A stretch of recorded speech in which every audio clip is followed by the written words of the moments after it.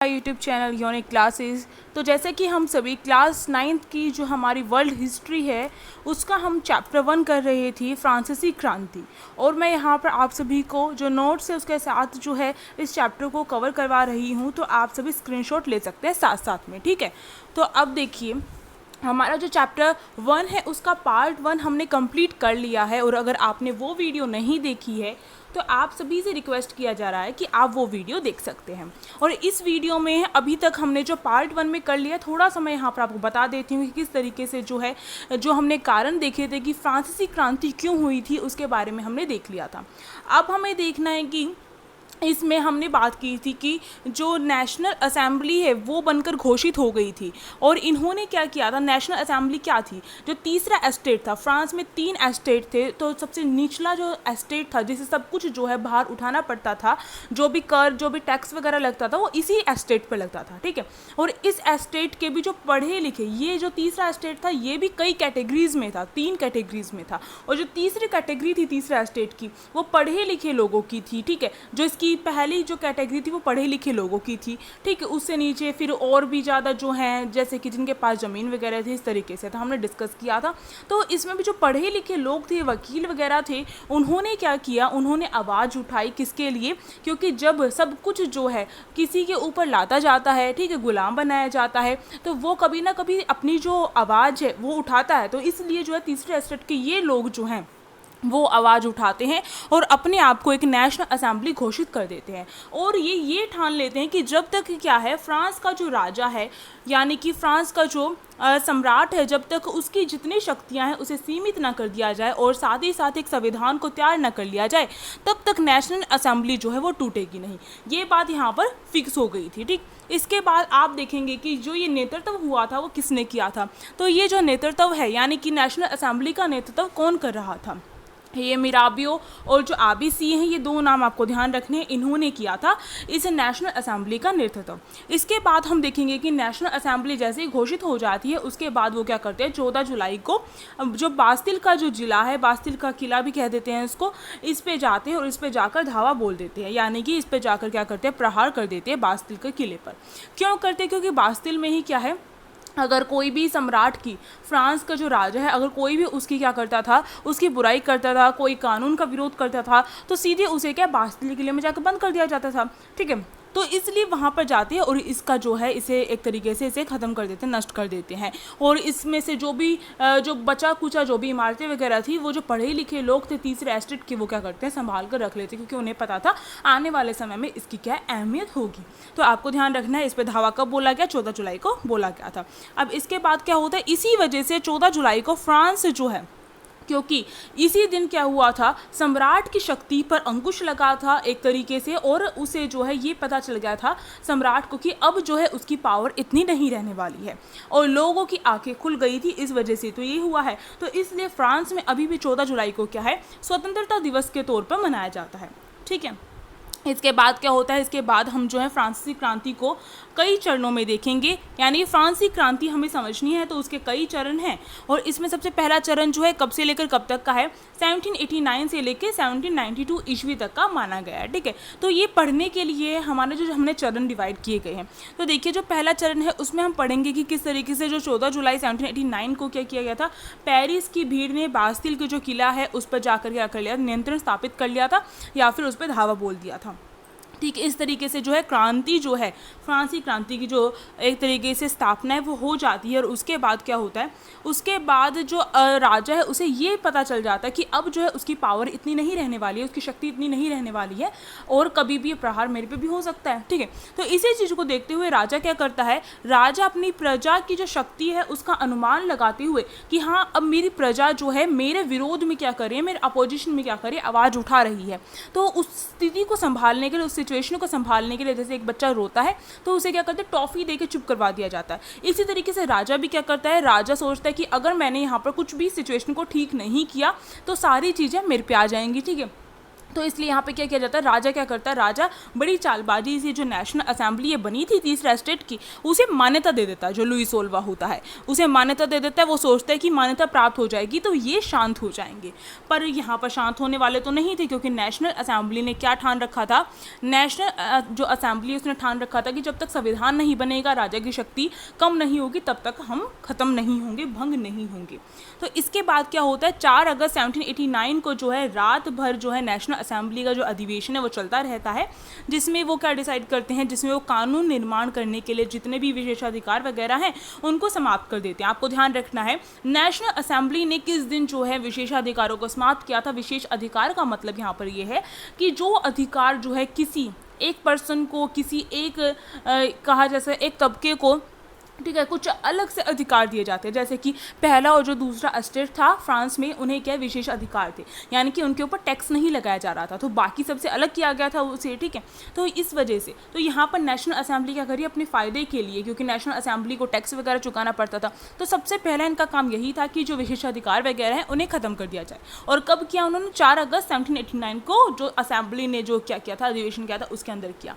इसके बाद हम देखेंगे फ्रांस में जो है सामंतवाद का जो समापन है एक तरीके से वो इसी दिन हो गया था, 4 अगस्त 1789 को। इस तरीके से देखते हैं हम कि किस जो फ्रांस की क्रांति है उसकी शुरुआत हो जाती है। और उसके बाद हम देखेंगे 1791, अगर पूछा जाए फ्रांसीसी क्रांति का एक तरीके से क्या लोगो है, यानी कि कहाँ से स्टार्ट मानी जाती है, तो हमारा जो बासिल के किले पर आक्रमण हुआ था वहीं से मानी जाती है। अब इसके बाद देखिए जो नेशनल असेंबली है उसने 1791 में क्या है, संविधान का जो प्रारूप है, जो फॉर्मेट है वो बना लिया था। तो आपको ध्यान रखना है कब बना था पहला संविधान फ्रांस का। पहला क्यों बोल रही हूँ, क्योंकि आगे नेशनल असेंबली भी क्या है ख़त्म हो जाती है और उसके बाद जो है कोई दूसरी आती है, और इस तरीके से जो है कई बार संविधान में चेंजेस होते, संविधान बनते हैं फ्रांस में। तो वो हमें देखेंगे अलग अलग जो चरण है उसके अंतर्गत। तो देखिए 1791 में जो संविधान बनाया नेशनल असेंबली ने, उसमें क्या क्या चीज़ें रखी, इसने क्या मेन उद्देश्य था उस संविधान का, ये इंपॉर्टेंट है। तो ये पहली बात तो यही 1791 में बना। और क्या क्या चीज़ें रखी इसने, जैसे सम्राट की जो शक्ति है उसे कम करना, क्योंकि पहला लक्ष्य इनका यही था कि जो सम्राट है उसकी शक्ति कम होनी चाहिए, ठीक है। इसके बाद क्या है, जो शक्तियाँ हैं, अब शक्ति कम हो गई है तो किसके पास जाएगी ये शक्ति, ऐसा ना हो कि कोई और ही सम्राट बन के बैठ जाए, ऐसा ना हो कि कोई और ही जो है जिसके पास सारी शक्ति चली जाए, तो ऐसा नहीं करना था इनको। तो यहाँ पर वो रूसों से प्रभावित थे नेशनल असेंबली के जो लोग थे, क्योंकि जैसे कि जो ये विचारक वगैरह हैं, रूसो एक विचारक है, तो विचारक वगैरह जो उनके विचार बहुत ज़्यादा जो है प्रसिद्ध हो रहे थे, तो उनसे प्रभावित हो रहे थे। तो एक कारण ये भी था फ्रांस के लोगों का जागना, क्योंकि जब तक उन्हें उनकी आंखों की पट्टी जो हटाई नहीं जाती तब तक उन्हें पता नहीं चलता। और आप देखेंगे जो तीसरा स्टेट है उसके पढ़े लिखे लोग जो है वही नेशनल असेंबली जो है गठित करते हैं। तो ऐसा क्यों हुआ, क्योंकि पढ़े लिखे लोग जो हैं इन विचारकों के बारे में, उनके विचारों के बारे में पढ़ते थे, तो जिससे उन्हें वो क्या हुए थे, जागरूक हुए थे, ठीक। तो यहाँ पर जो है वो क्या करते हैं, जो शक्ति का जो विभाजन है वो कर देते हैं। जैसे कि हमारे यहाँ पर भी क्या विधायिका, कार्यपालिका और न्यायपालिका, इसी तरीके से उस टाइम पर भी जो है ये करते हैं, ठीक। तो आपको ध्यान रखना, शक्ति का विभाजन हुआ था। इसके बाद एक और महत्वपूर्ण फैसला लिया गया था इस नेशनल असेंबली के थ्रू, वो क्या था कि 25 वर्ष से अधिक की उम्र वाले जितने भी पुरुष थे, आपको ध्यान रखना, जितने भी मेल थे उन सबको क्या वोट देने का अधिकार दे दिया गया था। फीमेल को नहीं दिया गया था, मेल को दिया गया था। और मेल को भी क्या है, सिचुएशन रखी गई थी, शर्तें रखी गई थी। अगर कोई पुरुष जो है 25 वर्ष से जो है ज़्यादा का या 25 वर्ष का है, और साथ ही साथ जो है अगर वह क्या है 3 दिन की जो मजदूरी, जितने जो इनकम है अगर उसके पास है तो वो कर सकता है। यानी कि 1 महीने में वो क्या है 3 दिन की मजदूरी अगर कमा रहा है तो इनफ है, तो वो क्या है वोट डाल सकता है, वरना वो जो है वोट नहीं डाल सकता। यानी कि जो बेरोजगार है उसे वोट डालने का अधिकार नहीं दिया गया, ठीक है। तो ये इंपॉर्टेंट है यहाँ पर। अब देखिए द्वितीय जो चरण है, यहाँ पर हमारा जो प्रथम चरण है वो यहाँ पर कंप्लीट होता है। अब द्वितीय चरण के बारे में हम देखेंगे, और द्वितीय चरण में आप देखेंगे एक छोटा सा यहाँ पर ये रहा, यहाँ से हमें स्टार्ट करना पड़ेगा। अब देखिए द्वितीय चरण कब से लेकर कब तक का है, 1792 से 1904 का है, ठीक है। तो आपको ध्यान रखना है, इसमें जो है नेशनल असेंबली भंग हो गई थी। प्रथम चरण में जो है नेशनल असेंबली रही थी, और द्वितीय चरण में जो है नेशनल असेंबली भंग हो गई थी। और 1791 ईस्वी में जो है 745 जो सदस्य हैं उन्होंने क्या किया था, व्यवस्थापिका जो सभा है वो अस्तित्व में आ गई थी।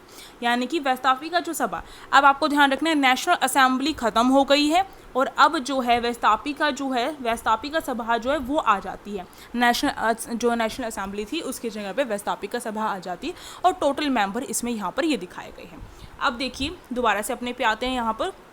अब देखिए जो द्वितीय चरण है उसमें क्या क्या चीज़ें हुई थी वो हमें ध्यान रखना है। जो लुई 16वां था उसने क्या किया था, संविधान पर हस्ताक्षर कर दिया था। अब लुई 16 ने मंजूरी दे दी थी नेशनल असेंबली को कि जो नेशनल असेंबली है उसे मंजूरी प्राप्त है, ठीक है।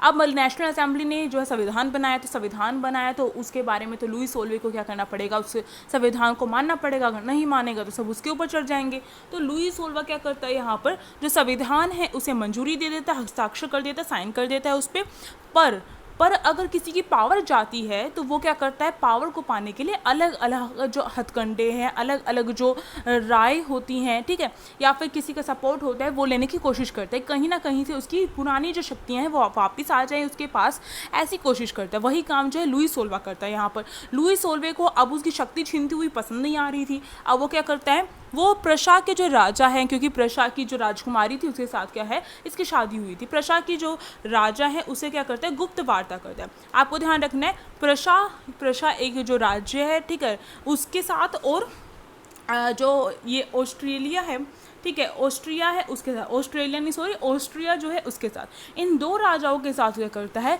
गुपचुप बातचीत करता है, छुपके से बातचीत करता है। अपनी प्रजा को क्या है, भनक भी नहीं लगने देता है कि वो जो है किस मामले में बातचीत कर रहा है उनके साथ। पर प्रजा जो है उन्हें कहीं ना कहीं से पता चल जाता है कि हाँ भाई जो हमारा राजा है वो क्या कर रहा है, हमसे छिपकर हम ही को मारने की, हम ही को क्या है, हम ही को दबोचने की, एक तरीके से जो है दोबारा से अपनी शक्ति स्थापित करने की क्या कर रहा है, कोशिश कर रहा है यहाँ पर। तो ऐसा जो है उन्हें पता चल जाता है और जो राजा है वो काम कर भी नहीं पाया। यानी कि उसने प्लानिंग की थी प्रशा के राजा के साथ मिलकर, ऑस्ट्रिया के राजा के साथ मिलकर कि वो क्या करेगा, 1789 की गर्मियों में क्या करेगा, कुछ ऐसी घटनाओं को करेगा, कुछ ऐसा करेगा जिसकी वजह से क्या होगा, शक्तियाँ उसे वापस मिल जाएगी। पर उससे पहले ही वो क्या करता है, ये बातचीत हो रही थी इस टाइम पर, उससे पहले ही जो ये लुई 16वें की प्रजा है उसे भनक लग जाती है, national assembly, main national assembly है उसे भनक लग जाती है। और 1792 में के अप्रैल में नेशनल असेंबली क्या करती है, प्रशा और ऑस्ट्रिया दोनों पर क्या कर देती है, युद्ध का जो घोषणा एक तरीके से वो कर देती है इन दोनों के ऊपर। अब कोई जो राज्य है वो किसी दूसरे राज्य के लिए, या फिर कोई जो राजा किसी दूसरे राजा के लिए क्यों क्षति मोल लेने लग गया, क्यों बुरा बनने लग गया, या फिर क्यों युद्ध करने लग गया, इसलिए वो पीछे रहेंगे, ठीक है। अब यहाँ पर आपको देखना है, जब युद्ध की घोषणा की गई थी नेशनल असेंबली के थ्रू, तो उसके बाद क्या है, जो युद्ध के लिए जब जा रहे थे तो उसमें जो कवि रोजेट दी लाइल है, आपको ध्यान रखना है कि बहुत मेन है। रोजेट दी लाइल है वो क्या करते हैं, वो जैसे कि हमारे यहाँ पे वंदे मातरम है वो उसकी रचना की गई थी, एक तरीके से देशभक्ति गीत था, ठीक है। तो इसी तरीके से फ्रांसीसी क्रांति में जो भी ये सैनिक हैं और साथ साथ जो भी नेशनल असेंबली के सदस्य हैं और भी जो प्रजा के लोग हैं जो इस युद्ध में शामिल होने वाले थे, तो इन सबको क्या है, इन सबको प्रेरणा देने के लिए एक तरीके से मोटिवेशनल तौर पर वो क्या करते हैं, वो कुछ ना कुछ रचित करते हैं। इसी तरीके से फ्रांस में क्या हुआ, कवि जो रोजेट दी लाइल हैं वो क्या करते हैं, मार्शीले जो गीत हैं उसकी रचना करते हैं। और मार्शीले गीत पहली बार कहाँ पर गाया जाता है, स्वयं सेवियों के द्वारा कहाँ पर गाया जाता है, पेरिस की ओर कूच करते हुए गाया जाता है। जब वो पेरिस की तरफ जाते हैं उस टाइम पर गाया जाता है। और इसी वजह से फ्रांस का जो राष्ट्रगान है वो क्या है, मार्शीले रखा गया है। इंपॉर्टेंट है ये बहुत, ठीक है। इसके बाद हम देखेंगे कि 1791 के जो संविधान है उसमें जो है उसमें जो है सिर्फ जो अमीर है, अमीर को ही नहीं राजनीतिक अधिकार प्राप्त हुए थे। यानी कि 1791 का जो संविधान हुआ, जो बन के तैयार हुआ, जैसे मैंने आपको कहा नेशनल असेंबली भंग हो गई थी इसके बाद, ठीक है। इसके बाद दोबारा से संविधान की रचना होती है, ठीक है। व्यवस्थापिका जो सभा है उसके थ्रू होती है 1791 में। तो इस टाइम पर जो है केवल जो अमीर हैं, यानी कि जो नेशनल असेंबली ने कहा था कि 3 दिन तक लगातार या फिर 3 दिन की जो सैलरी वो होनी चाहिए किसी 25 वर्ष के पुरुष के पास या फिर उससे ज़्यादा उम्र के पुरुष के पास, तो वो क्या कर सकता है, वोट दे सकता है। पर यहाँ पर क्या हुआ, यहाँ पर जो नया संविधान बनकर तैयार हुआ उसमें अमीरों को ही नहीं राजनीतिक अधिकार प्राप्त है, यानी कि सभी पुरुषों को क्या है राजनीतिक अधिकार दे दिया गया था वोट देने का। लोग क्या है राजनीतिक क्लबों में जो अड्डे जमा कर सरकारी जो नीतियां हैं, जो कार्य योजना है उस पर बहस करते रहे थे। यानी कि अब जो हम यहाँ पर देखेंगे कि पहले अभी हम देखेंगे जब नया कॉन्स्टिट्यूशन बना, नया संविधान बना, तो उस टाइम पर सभी पुरुषों को क्या अधिकार दे दिया गया था। पर जब तक नेशनल असेंबली भंग नहीं हुई थी तब तक क्या है, तब तक उसमें जो है कुछ लिमिटेड जो पुरुष थे वही वोट दे सकते थे। अब जो वोट नहीं दे सकता है उसे सब कुछ पता होता है कि मेरे साथ गलत हो रहा है, मुझे अधिकार नहीं मिल रहा है, मुझे राइट नहीं मिल रहा है। हमने भी युद्ध वगैरह में इतने ही शामिल हुए जितने वो लोग शामिल हुए हैं, पर हमें वोट देने का अधिकार नहीं और उन्हें वोट देने का अधिकार है, तो ये तो गलत है। पर इस बारे में हम सबको पता होता है। इसी तरीके से फ्रांस के जो लोग जो है जिनको वोट देने का अधिकार नहीं था, उन लोगों को पता था और वो क्या करते हैं, वो 1791 में क्या करते हैं, लोग अपने अड्डे जो हैं जमा करने स्टार्ट कर देते हैं, यानी कि जो एक तरीके से मीटिंग वगैरह है वो करनी स्टार्ट कर देते हैं। और सरकारी जो नीतियाँ वगैरह होती हैं उनकी जो है आलोचनाएँ करना, एक तरीके से जो है उनकी बुराई करना, या फिर सही है या नहीं है कार्य जो योजना है सरकार की, उसके बारे में जो है एक तरीके से चर्चाएं करना स्टार्ट कर देते हैं, बहसें करना स्टार्ट कर देते हैं। और वो कहाँ पर करते हैं, उस क्लब का नाम क्या है जहाँ पर ये लोग जमा होते थे, उस क्लब का नाम है जैकोबिन क्लब। और यहीं से शुरुआत होती है एक नई उसकी। तो देखिए अभी जैकोबिन जो क्लब है उसमें जो है लोग क्या कर रहे थे, जैकोबिन क्लब में जाकर इकट्ठे हो रहे थे। तो इसकी वजह से क्या है, इसकी वजह से जैकोबिन क्लब में क्या हो गया, एक नए उसकी जो है शुरुआत हो गई, यानी कि नेशनल असेंबली भंग कर दी गई और उसके बाद जो है एक नई उसकी शुरुआत होती है यहीं से। और उस जैकोबिन क्लब का जो है सदस्य जो है वो कौन रहा, समाज का जो कम समृद्ध वर्ग था वही रहा। यानी कि हमने देखा कि क्लब में कौन बैठ के करता था, कौन मीटिंग करता था, जिन लोगों को वोट नहीं मिला था। वोट देने का अधिकार किसको नहीं था, जो 3 दिन की भी जो सैलरी है जिनके पास नहीं होती थी, यानी कि वो बहुत ही ज़्यादा गरीब होते थे, कम समृद्ध होते थे। तो इसी वजह से जैकोबिन क्लब के जो सदस्य हैं मेनली कौन होंगे, वो वही होंगे जो गरीब होंगे उस तबके में, ठीक है। तो कम समृद्ध वर्ग जो है इसका क्या रहा था, सदस्य रहा था मेनली। नेता कौन रहे इसके, रॉब्सपियर रहे, आपको ध्यान रखना है, इम्पॉर्टेंट है। और जो है इसकी एक तरीके से इसकी पहचान क्या थी उस टाइम पर, जो है एक जो ब्रीचेस है वो बहुत ज़्यादा फेमस थी। ब्रीचेस हाफ पैंट हुआ करती थी और ये फैशन में थी। और आपको पता है जो भी चीज़ फैशन में होती है और वो क्या होती है, वो महंगी होती है। और जो गरीब होते हैं वो उनके लिए तो रोटी कपड़ा मकान ही बहुत मुश्किल होता है, और कपड़े में वो फैशन देखने लग जाएंगे तो बहुत बड़ी बात हो जाती है। तो वो क्या है, ब्रीचेस से एक तरीके से नफरत भी करते थे और उन्हें पहनते भी नहीं थे बिल्कुल भी, और ना वो खरीद सकते थे। तो वो कैसी चीज़ें पहनते थे, वो धारीदार लंबी पतलून पहनते थे और लाल टोपी पहनते थे। यही इस क्लब की पहचान बन जाती है, ठीक है। क्योंकि इस क्लब के जो लोग हैं वो भी क्या थे, वो भी जो है निचले एक तरीके से कम जो समृद्ध लोग हैं वो थे, ठीक। अब यहाँ पर हम देखेंगे जो जैकोबिन हैं वो जो है किस नाम से पहचाने गए, सुकोल्ट नाम से पहचाने गए। यानी कि जो ब्रीचेस नहीं पहनते हैं, यानी कि जो हाफ पैंट नहीं पहनते हैं उनको कहा गया। यानी कि जो जैकोबिन क्लब है उसमें सारे के सारे यही तो शामिल थे। और नेता कौन इनका, रॉब्सपियर, आपको ध्यान रखना है। और पुरुष जो है, केवल पुरुष लाल रंग की टोपी पहन सकते थे, महिलाओं को अधिकार नहीं दिया गया था। ये स्वतंत्रता का प्रतीक माना गया था लाल टोपी। इसके बाद हम देखेंगे इसमें जो है, इसमें घोषणा की गई कि जो फ्रांस की जो जनता है और जो इतनी ज़्यादा उग्र होती जा रही थी फ्रांस की जनता, उसने क्या किया, राजा जो है, राजा का जो संविधान है समाप्त करने के लिए जो प्रशा और ऑस्ट्रिया की जो मदद मांगी थी राजा ने, उसको लेकर राजा को घेर लिया गया। यानी कि जो फ्रांस की जनता है उसने ये एनालाइज़ किया कि राजा ने हमसे जो है चीटिंग की है। हमने जो है, हम तो शांत थे, हमने देखा राजा ने जो है पावर अपनी कम कर दी है, राजा ने संविधान को मंजूरी दे दी है, तो हम तो शांत थे, पर राजा ने चीटिंग की है हमारे साथ। और राजा छिपके से क्या कर रहा है, हमें दोबारा से गुलाम बनाना चाह रहा है। और दोबारा से क्या कर रहा है, वो छिपके से प्रशा और जो ऑस्ट्रिया उसके साथ मिलकर हमें जो है गुलाम बनाने की तैयारी कर रहा था। तो इससे जो है जनता भड़की हुई थी। तो अब जो है राजा को जो है इस वजह से घेर लिया गया। और इसके बाद क्या होता है, इसके बाद हम देखेंगे जो राजा है उसे फांसी की सज़ा दे दी जाती है, ठीक है। तो यहाँ पर आपको ये ध्यान रखना है, राजा को फांसी की सज़ा दे दी जाती है। और इसके बाद जो है, जो ऑस्ट्रिया है, राजा क्या करता है, राजा सोचता है कि मैं क्या करूँगा, वेस्टापिका की जो वेस्टापिका सभा है, क्योंकि उस टाइम पर नेशनल असेंबली भंग हो गई थी, वेस्टापिका सभा आ गई थी। तो राजा ने सोचा कि मैं वेस्टापिका जो सभा है उसके शरण में चला जाता हूँ, वो मुझे बचाएगी, लुई सोल्वे ने। पर ऐसा कुछ भी नहीं हुआ उस टाइम पर। उस टाइम पर क्या हुआ, जो न्यायालय है, न्यायालय के द्वारा राजा को फांसी की सज़ा दे दी गई। और 21 जनवरी 1973 में जो है प्लेस डी लोक कॉन्कॉर्ड है उसमें जो है फांसी दे दी गई थी लुई सोल्वे को। बहुत इंपॉर्टेंट है ये यहाँ पर, ठीक है। इसके बाद जो है जो बहुत ही जल्द जो रानी एंटोन थे यानी कि लुई 16 की पत्नी है उसे भी जो है यही सज़ा यानी कि फांसी की सज़ा दे दी गई। ठीक, इसके बाद हम देखेंगे जो वैस्थापिका सभा है वो क्या हो जाती है, समाप्त हो जाती है। हमने देखा नेशनल असेंबली आई थी पहले, ठीक है, उसके बाद जो है ये वैस्थापिका सभा आई थी, ये भी भंग हो गई है।